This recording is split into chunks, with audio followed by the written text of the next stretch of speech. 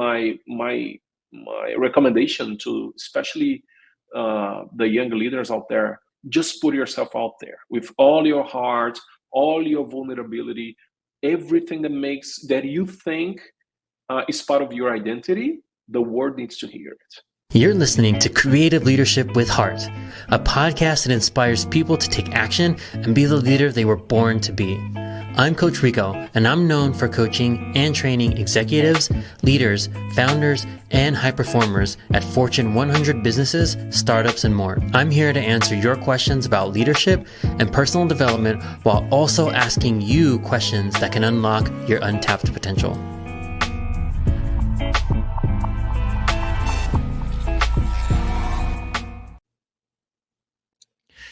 Cool. Welcome back, everyone, to another episode of Creative Leadership with Heart.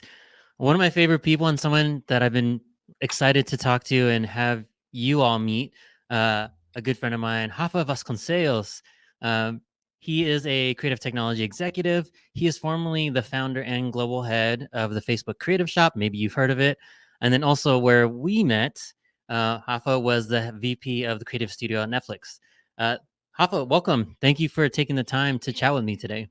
No, thank you. Thanks for having me. It's great to see you again. We've met at Netflix and we work together, but it's been a while, so it's great to share this time with you again. Yeah, absolutely. I was excited about this because you had a huge impact on me in the little time that we had together. So I know you'll have an impact on folks who are listening. So just to get started, tell us a little bit about yourself and your journey. So people probably know you from Facebook, probably know you from Netflix, but what was your journey as a creative? Where did you go to school? Tell us a little bit about that early days of Rapha. Early days of Rapha. But before I go into that, thanks for the kind words, Rico. You're always very kind. So I'm from Brazil, originally from Brasilia, Brazil's capital, and my early career started as a graphic designer. So I studied that in Brasilia, which is a government city, so doesn't have a lot of space for creative businesses. So I started my own, small shop with friends out of college. And very quickly, we decided to invest or to focus our work on interactive design. I did some advertising, but decided to focus on digital advertising, built websites and things like that. And after a few years, these interactive agents became, big. We did a lot of work. I moved out of Brasilia to São Paulo, which is the main hub, the main business hub in Brazil. So met all the creatives there, and was leading a creative team on this agency. And I always like to explore, the use of technology and creativity. And I was doing that in the early days of so what we now call social platforms. Around 2010, 2011, I don't know if people remember that, but there was this huge social network called Orkut, which is Google's social network that was only big in Brazil and India.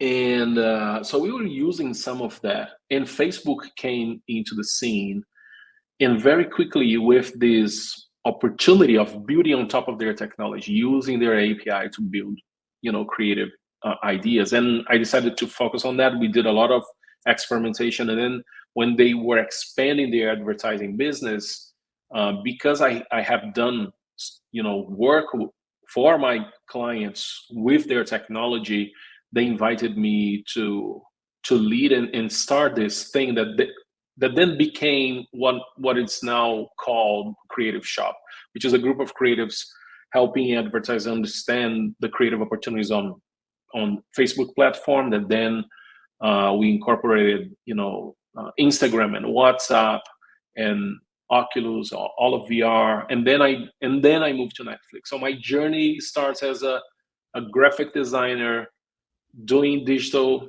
building websites, then digital advertising, then interactive design on these social platforms, then ultimately doing similar for Netflix. That's where we met. Yeah, you've had such a crazy and interesting career arc. Before we get into that, I want to ask you almost like a foundational piece. So, what was it? Was it a movie? What was the thing that made you fall in love with the graphic design or creativity? Was like a movie, you saw a book, a movie poster? Usually folks have like some sort of inspiration. What was that moment for you? Like, this is what I want to do. For me, it was vinyl covers. So I grew up with a lot of music, and I remember, going through my dad's, my mom's as well, my parents, vinyls, and the graphic part of it was the part that was always very interesting to me. So I started to do my own designs of, and then CD covers. And I remember when the CD came into the world, it became like a play field for me. I started to design my own CD covers, and that's where I think it started as an inspiration of just making creative things. Yeah, that's crazy because that will date us for sure. I have a vinyl, huge vinyl collection. We talk about CDs. I think CDs were around for maybe 10 years, and, and then Only that? MP3s. I Well, didn't it realize. It hasn't, might hasn't be. It might yeah, be. because MP3s weren't that far behind True. That's compact true. discs. I still Uh, I still have my CD collection here. And a few days ago, I was on eBay looking for old CD players to connect on my system. So yeah, I have this great collection of reggae. I listen to a lot of reggae music, and I just don't want to leave them behind. yeah, absolutely, and all the nostalgia that comes with it. Yeah. Um, So thank you for that. So you went into graphic design and you were part of an agency. And there was also some things you were doing in creating communities for creatives. So when we first met, that was one of the things that I first talked to you about. I was like, oh, what is this thing you created? So tell us a little bit about what was the impetus for that and what was the goal for you creating these forums and these communities? Yeah, I early on I realized that I learned a lot, not only from doing the work, but actually learning from other people's experience.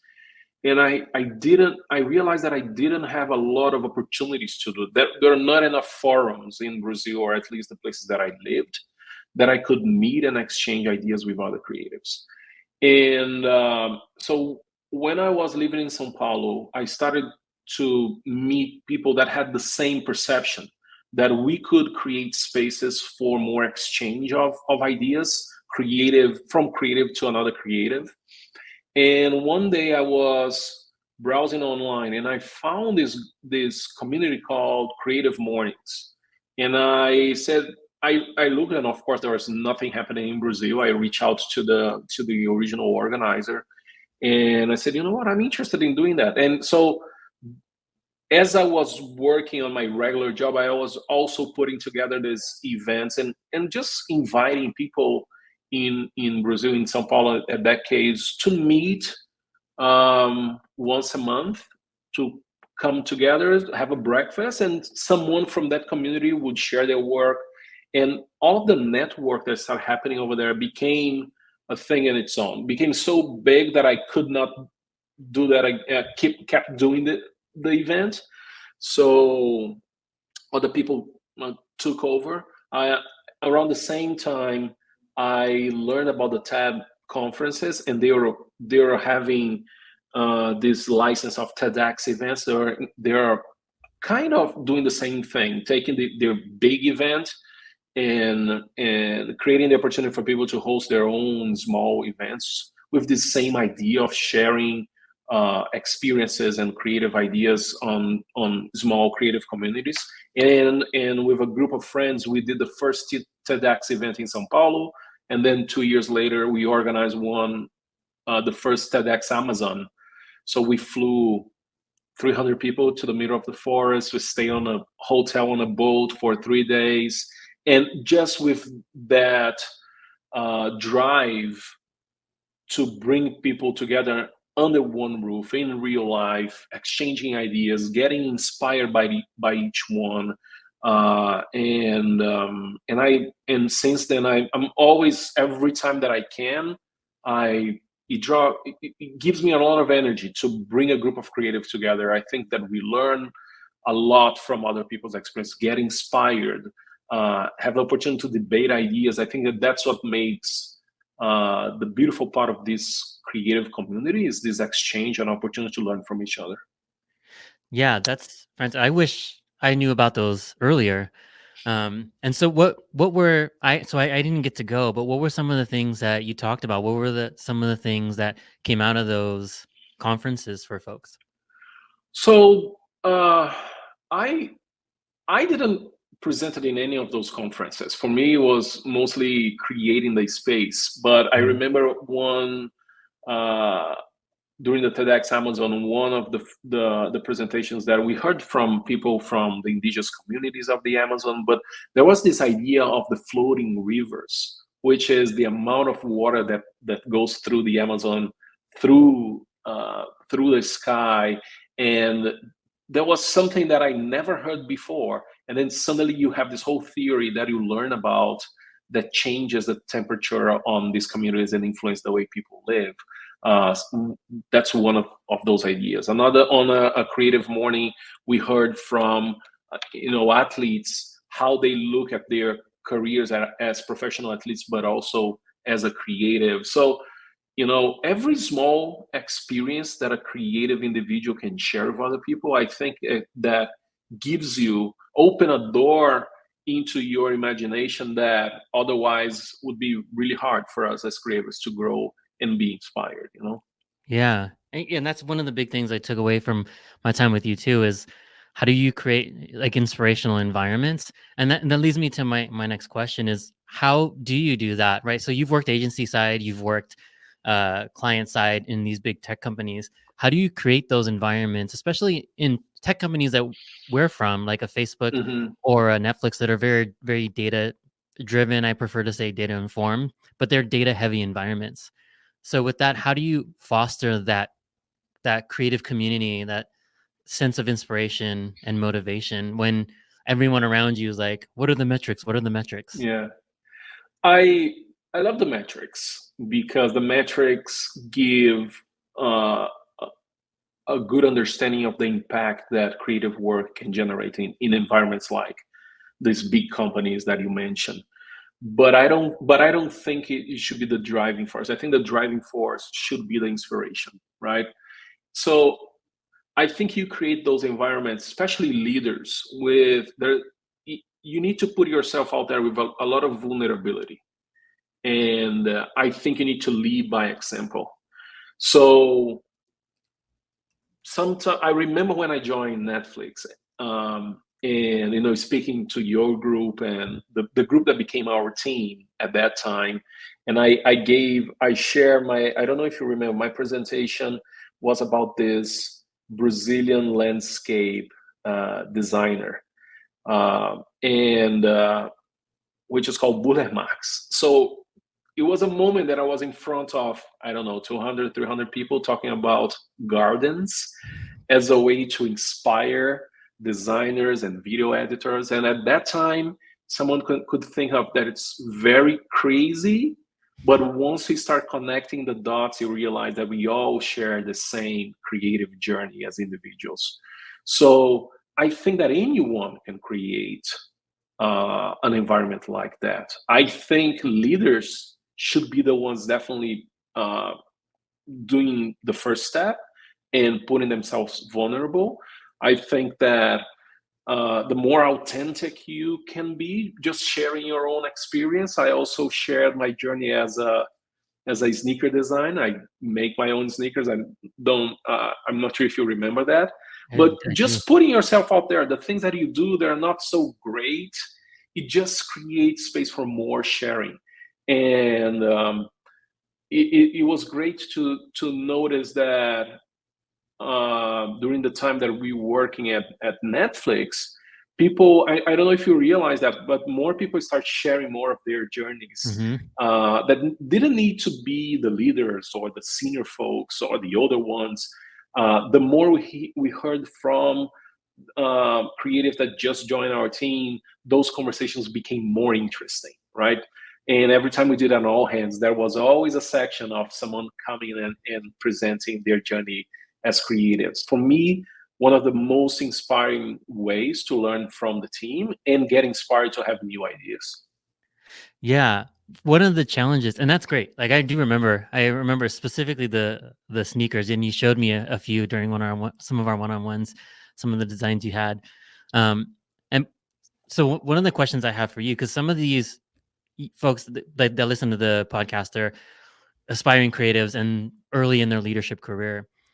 How do you, and I think, your answer helps do that, but how do you help people get past and be vulnerable, get past the stage where, whether it's imposter syndrome because they are a new leader, so they don't want to put bad work, quote unquote, in front of people, Uh-huh. right? Or like they don't want to show their work in progress because it shows their potential flaws.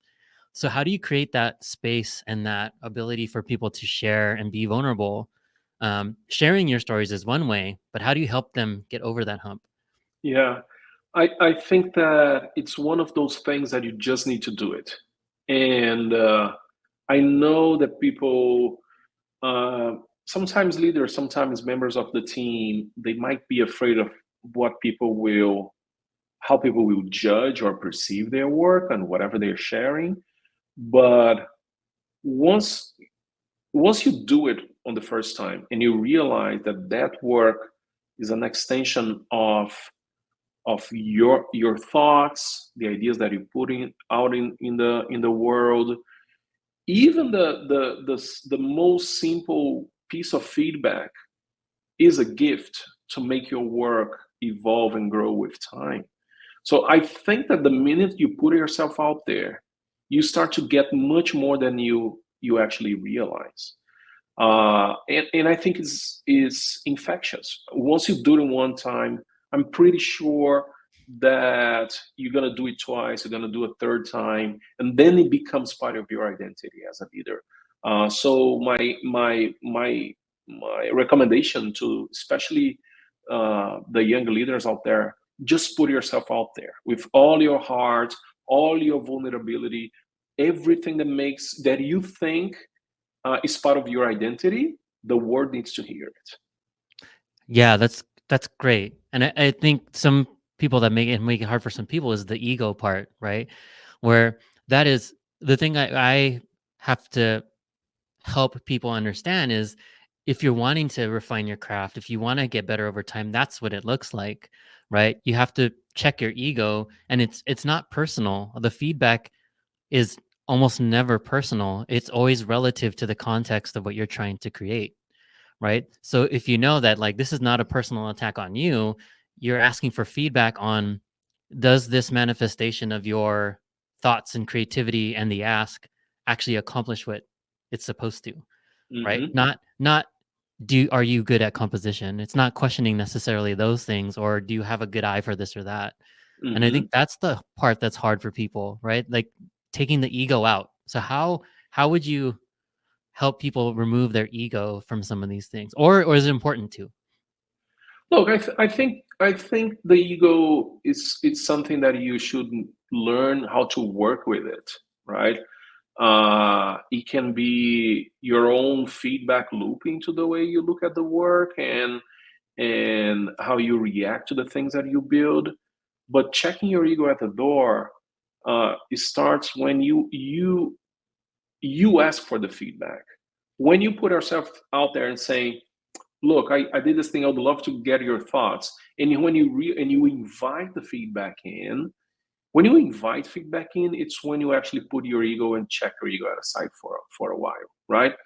It's an exercise. It's something that you should practice. And then with time, you're gonna realize that these are all tools that are at your disposal for your own growth, right? So I think it starts with you. Then once you receive the feedback, the second thing I would say is to learn how to process what you hear. Because someone might process it in a very critical way. As you mentioned, someone might say, oh, the feedback is talking about me. But when you realize that you can separate feedback for you and feedback for the work, it becomes manageable. right? Mhm. But something to practice. It's not something that we're going to learn. Some people might have more of a natural inclination to do it and be more open to receive.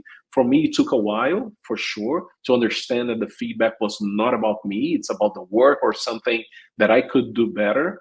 The work, the way you talk with people, the way you manage a team, the way you work with clients, the way you work with partners, but they're all they all add up if you want to a better version of yourself as a creative leader for the future. Yeah, absolutely. I think that's important, right?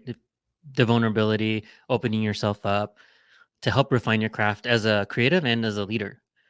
Um, so going back to a little bit on your experience, what were some of the biggest challenges you faced along the arc of your career, going from agencies in Brazil to leading some of the biggest creative teams uh, in on the planet? So, like, what were some of the challenges that you faced? Because that's part of it too. We're all human. Like, we've all, Yeah. and we've all faced challenges. So, I'd love to hear things that you faced, things you had to overcome. I'm very grateful for the experiences that I had the opportunity to live in my life. Again, um, living in different countries or working with people from many different cultural backgrounds.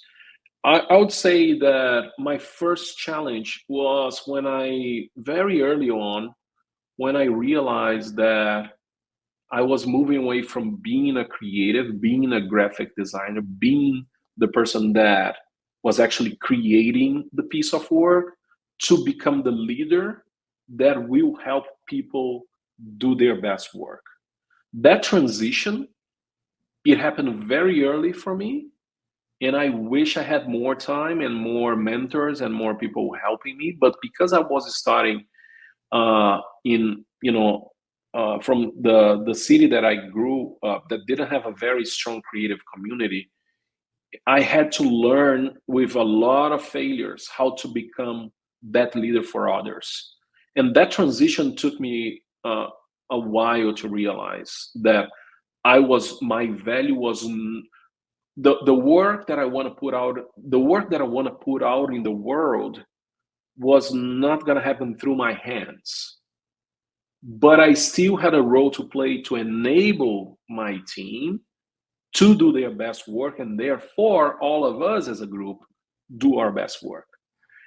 That transition was really hard for me. So I'm very sympathetic to everyone that goes through that moment in their careers, that they're leaving their role as a creative individual to become a manager, a director, a leader of a group of people, because you kind of leave some of your identity behind, right? You're not designing. I was not designing my making my art anymore or my ads anymore, but I had to translate some of that learning and that passion into a tool to enable other people to be successful, right? So it took me out. So that, I think that was one of the biggest challenges. The second challenge, that later on, these experiences of working at Facebook and when I was in Facebook, I started in Sao Paulo, then I moved to Miami, then I moved to Singapore, then I moved to New York. So I had this opportunity to work in different places, but in every one of those places, I had to learn how to interact with people, not only with a different language, but a different way to interact with them as a creative leader, right? So creatives in the US, specifically on the US Hispanic community, which was the group that I was leading at that time in Miami for Facebook, very different from the team that I ended up working in Singapore, in Asia, with many creators from India, from Thailand, from Japan, from Hong Kong, and and it was a huge exercise to put myself. And I realized that every one of those changes I had to almost give one step back, understand that I had to learn about that team as people first, not as a group that I was necessarily leading. I had to know the way they work, learn the way they communicate, learn the different ways that they give feedback to each other, to then learn, okay, this is the thing that I can contribute to the group. So my experience in moving from a designer to a creative manager early in my career then helped me understand what are the things that I could give to each one of those groups. So every time I was in a different environment with a different culture and different group of people, I asked myself, how can I contribute to this environment? What are the things of my experience or the things that I need to learn to be valuable to this group to help the group do better work and be a better functioning group, right? And this is also a challenge because you need to have in you and sometimes it's hard, this notion that you need to keep learning, you need to keep studying, you need to be critical to yourself and look in a mirror the things that you can improve. But in the end, now I look back and I see how much I've grown doing having all of these experiences in my life. I'm so grateful for them. Yeah, I've thank you for sharing that because I everything you were saying, like, yeah, that was hard. Yeah, that was hard, right? Especially the part where you mentioned that, like, you leaving a little bit of yourself behind, because a lot of people who see folks like you or others progress in their career, they have this story that they tell themselves, like, oh, it must be so great because you're making these decisions, and yeah, you make strategic decisions, but you get farther and farther away from the work, and your life becomes then strategic decisions and like putting out fires and stuff like that, right? And also setting up the team for the future, right? Like, it's constantly forward, like future looking, instead of getting deep into the work. And that's the one thing that I missed once the pandemic hit, is I couldn't Uh, walk through the aisles anymore and just see amazing work being created, and just mhm. like sitting down next to someone and watching them work. That's the thing that I missed a lot during the pandemic. And then the thing you mentioned about learning about the regional differences, and not only the way the creative differences, but the way they work, the way they communicate, all of that stuff. I remember I was in the Japan office, and I was presenting, and one of the first things Rochelle said when I got out, she's like, "You need to slow down. You speak like an American," and I was like, "Oh, I need to get better at that because when I get nervous, I talk faster." And so, like, these little things I had to learn. Not only that, but it's like English is their second or third or fourth language, things like that. So, one of the things that I want to ask you is, what advice would you give, and how important is that global perspective, right? Because I think earlier, in the early, 2010, 2012, 2015, a lot of the perspective was, we'll have the team in the US and they'll just create for the world. And that, I don't think that lasted very long because it wasn't very effective. We found quickly that that wasn't very effective. So, what are your thoughts on the importance of that, having diversity of thought, regional expertise, things like that when it comes to creativity? Yeah, I think that we nowadays is so easy to get exposed to work that comes from many different parts of the world, which I think it's great. But each one of us carry our own experiences, the places where we come from, the experience, the things that inspire us, and ultimately the work that we do that carries some of ourselves into each one of those pieces.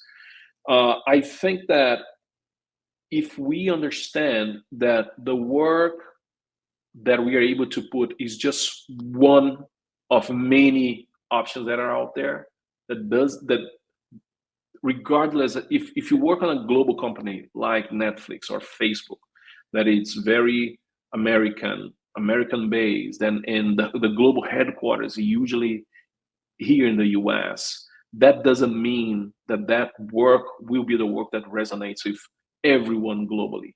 So when you put your work, your location, your experience in perspective of everything else that's happening across the world, it's so humbling to see how much you don't know, how much you need to bring into your own creative team and your own creative experience to be inspired by other people.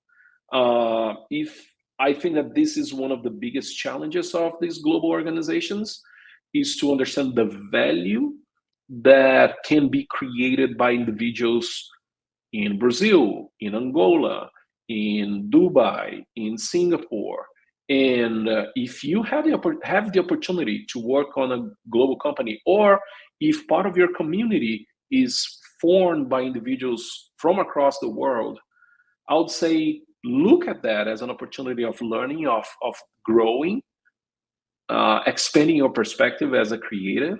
Maybe that will give back into and will be reflected in some of the work that you do, right?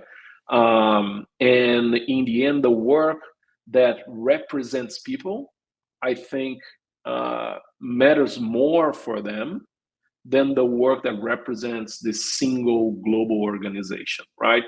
Uh, I believe in the role of creative teams inside these big companies, but their job is to go out in the world and bring into these global companies the perspective, the stories, Mhm. the the symbols, the signals that are out there connecting with people every day, and you can leverage them to make your work more successful.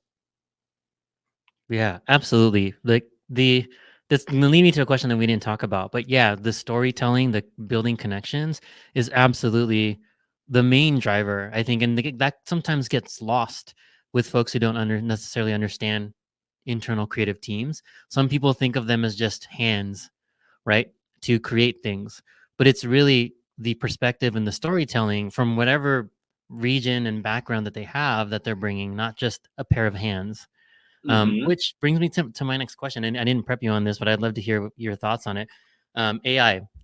We did a few things at Netflix with computer vision and things like that, but I'd love to get your thoughts on AI and its impact on the creative communities, creative work. Uh, and I know this can be a whole nother podcast episode, but I'd love your thoughts on it. Are you an AI optimist, pessimist? Like, what are your thoughts?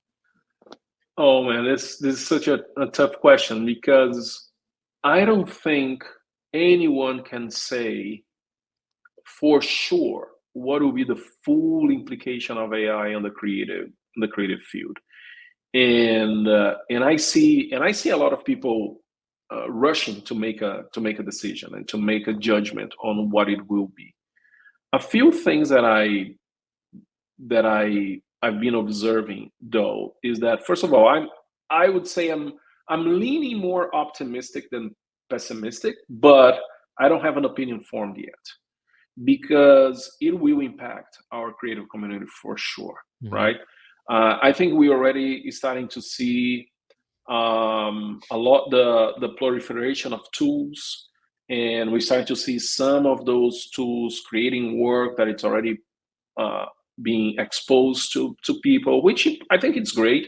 But I still believe that we're in the phase of experimentation, and I think that as creatives we need to experiment more to keep experimenting, right?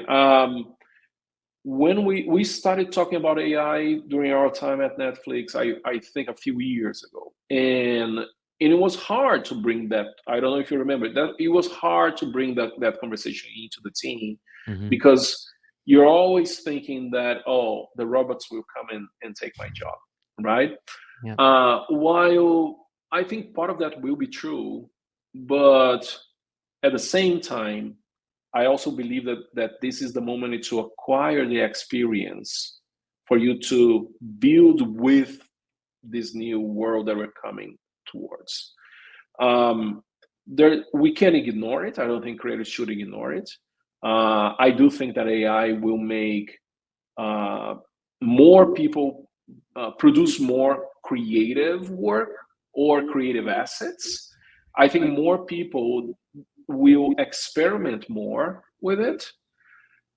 In the end, I do think that people will be more open to different ideas. That today we are starting to see AI playing not only the visual space, but also on the music, on the sound. Uh, but I still feel that there's so much to learn, so much to explore.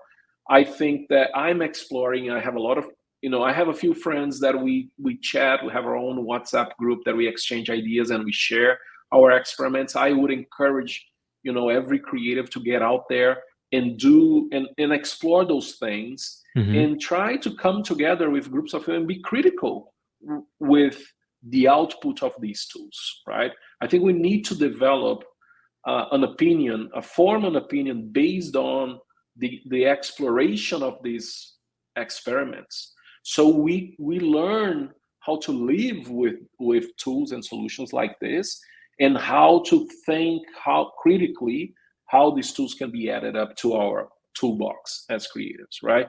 We're still gonna have our toolbox with our Photoshop, with our techniques, with the things that we do outside of work, the things that you do with your hands. AI tools will be another tool on our toolkit.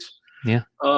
And I think that this is the moment to explore more than try to find and form a final opinion on what that will create in our space.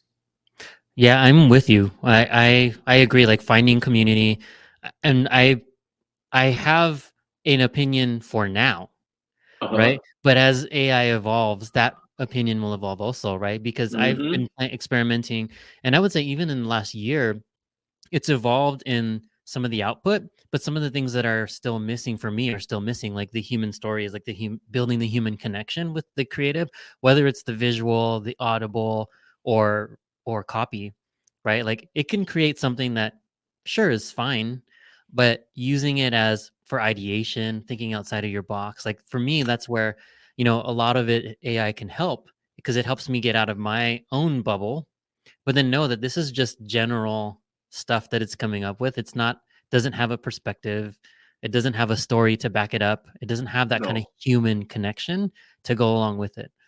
And it doesn't need to have the full story. So if you Right. think for one area that I'm exploring today with AI is how much the creative process can be different, how how much we can bring other people into the creative process that traditionally is not part of how we come up with our own creative work, but through AI, all the resources can come into the way we create the work. Hmm. This is a huge step. This is a huge change, and it has been very interesting to notice some of my friends and the people that I share these ideas with, how not everyone is perceiving the influence of AI in the same way, and that's a great topic for conversation. That's a great topic for debate, and you can only have those conversations if you get your hands dirty with some of these tools, if you try yourself, right? But Right. be open to maybe in a few months the process of coming up with an idea might be a little bit different, right? And this will transform. It will be transformation worth celebrating, I would say, with the influence of AI. Yeah, absolutely. And it's so I'm not a graphic designer by trade. You have a graphic design background, but I'm sure Photoshop made creation way easier, right? With like masking and like all those things and just the tools that it came up with. And I'm wondering if did you back then did the community have a fear of it? I mean, I'm a editor and musician by my background. So yeah, was it the same feeling? Because like that's how I've been comparing it in my mind is the folks that didn't adopt Photoshop not necessarily got left behind, but like their process might have become harder and slower than those that did adopt the technology and leveraged it to make their lives easier and help them do more creative things. Yeah, I think that every time there's a new tool like Photoshop, or even before Photoshop and Illustrator, I was using CorelDRAW to design, like to translate logos. And one of my first jobs was to design signs, and I had to make like business cards into vector so we can put on the machine to cut the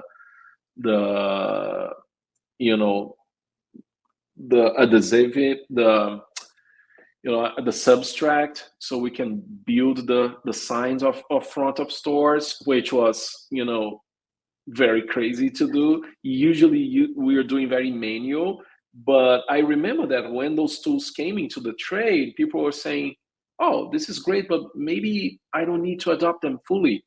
And the ones that said, I'm going to give it a try, I'm going to give it a try on this tool, were the ones that helped the field evolve, right? And the same thing will happen with Photoshop. The same thing happened with Illustrator. The same thing happened when 3D modeling came into the Right. picture, right? I think that there we always these cycles are coming, and maybe they're becoming shorter, but they're inevitable. We're talking about AI today, but might be something, could have been something different. It might be something different in the future. But the idea that your trade, uh, it's always evolving with the tools that are available to you. I think again, it's a blessing. It goes back to that idea of creatives learning and growing and doing things and evolving as professionals and individuals. So I look at AI at this moment as an opportunity to do that. So the same questions that are here today were the questions that I heard every time there was something new coming into the field. Again, a lot of people were very successful because they let themselves explore and get into that world and not stop their own evolution because of some of the concerns that they have when the tools came in. Right. Right. Oh, again, I think we can have a full other conversation just about that. But I want to get into a little bit of we're at time coming at time, so I want to wrap up a little bit. But I want to ask, so Hafa now, what advice would you give the 20 or 22-year-old Hafa just Mm. starting his career, knowing what you know now? What advice would you give him? I have a few. First, um, look for a mentor. I This is something that I missed in my career, my early career. I did find mentors and people that I could have that conversation and look for that guidance later on, and they transformed my life. I wish I had that. Some people have the opportunity of having them more naturally. Sometimes you need to go and look for them and just saying, look, I learned so much from you, observing you. Can we spend some time together? Can you give me an hour of your time a month? I don't know what it is, but this is something that if I was starting my career again, I would definitely look for mentors during each stage of my career, right? The other thing is, uh, I realize now that the things that I was missing, I had the energy to make them happen. So the events that we were talking a few minutes ago, that Mhm. I put together these events because I didn't, I didn't find them around me. So my advice to this younger version of myself is maybe look harder, and if still you don't find them, okay, keep doing what you did because it was amazing, right? Don't let the limitations of where you live, the way you grew up, the resources that you have at your disposal, stop you to search for the connection with other like-minded people, right? So I was blessed to do that later on, but the 22-year-old version of me uh, could have started that earlier, right? I was maybe a little bit shy or maybe a little bit concerned of what people would think about my work if I expose my work too early. And now I realize that it was, no bullshit. You should just go and do it. Put yourself out there. See yourself as part of this bigger picture, either a group, a community. That's why I love the word community, and reflect that we are part of a creative. When we think and we realize that we're part of a creative community, a group of people with very similar interests, very similar experience, that we can all help each other. The early we start those exchanges of experience and ideas, Mhm. the better we will grow as creatives, right? So I would start those gatherings, look for those harder, and start putting them together if I didn't find them as early as possible. Yeah, those are great pieces of advice. I wish I would have taken them earlier in my career. I didn't find a mentor till much later, and yeah, I was more concerned about hanging out with friends and going out than I was like refining my craft and building community. Which I wish I would have done more of that earlier in my career. So any last other pieces of advice or any mentors from your past that you want to uh, recognize or shout out Oh before we man, wrap? of course there are so many. I, there are two people that really changed my life, which was my two former bosses at Facebook, and especially Mark Darcy, which uh, was the creative that brought me to Facebook to build a creative shop, but also Alexandre Rohagen, which was the leader of Facebook in Brazil at that time, that identified my work and thought that I would be a good addition to the team. And I keep in touch with them. We talk almost weekly. I talk with them weekly, but also my capoeira master back in Brazil. It's my life mentor as well. When I lost my father, I lost my father when I was 19, and he occupied a space in my life with a lot of art and music, and that Mm, filled that gap that I didn't. I just realized that recently, that he occupied that space that my father left behind. And these people really changed how i I could contribute to other people, especially Mark Darcy, which is a creative by heart. And he I learned so much from him, just watching, observing. And I met with him a few weeks ago. I drove to his house. He lives like a few hours from my place. I drove and we spent the day together, and it was just endless conversation. It's so good when you have that person that you can talk about anything. You talk about the work, you talk about the future, you ask for advice, you ask for direction and guidance. So shout out to Halil, Alexandre, and Mark Darcy. These guys are amazing. yeah. I'm glad to still have them in my life. So I'm trying to take advantage every time I meet with, spend time with them. Yeah, that's amazing. Um, and I'm sure they'll appreciate the mention. And I appreciate you for taking the time to chat with me today, for sharing your wisdom, your experience, your challenges, your vulnerability.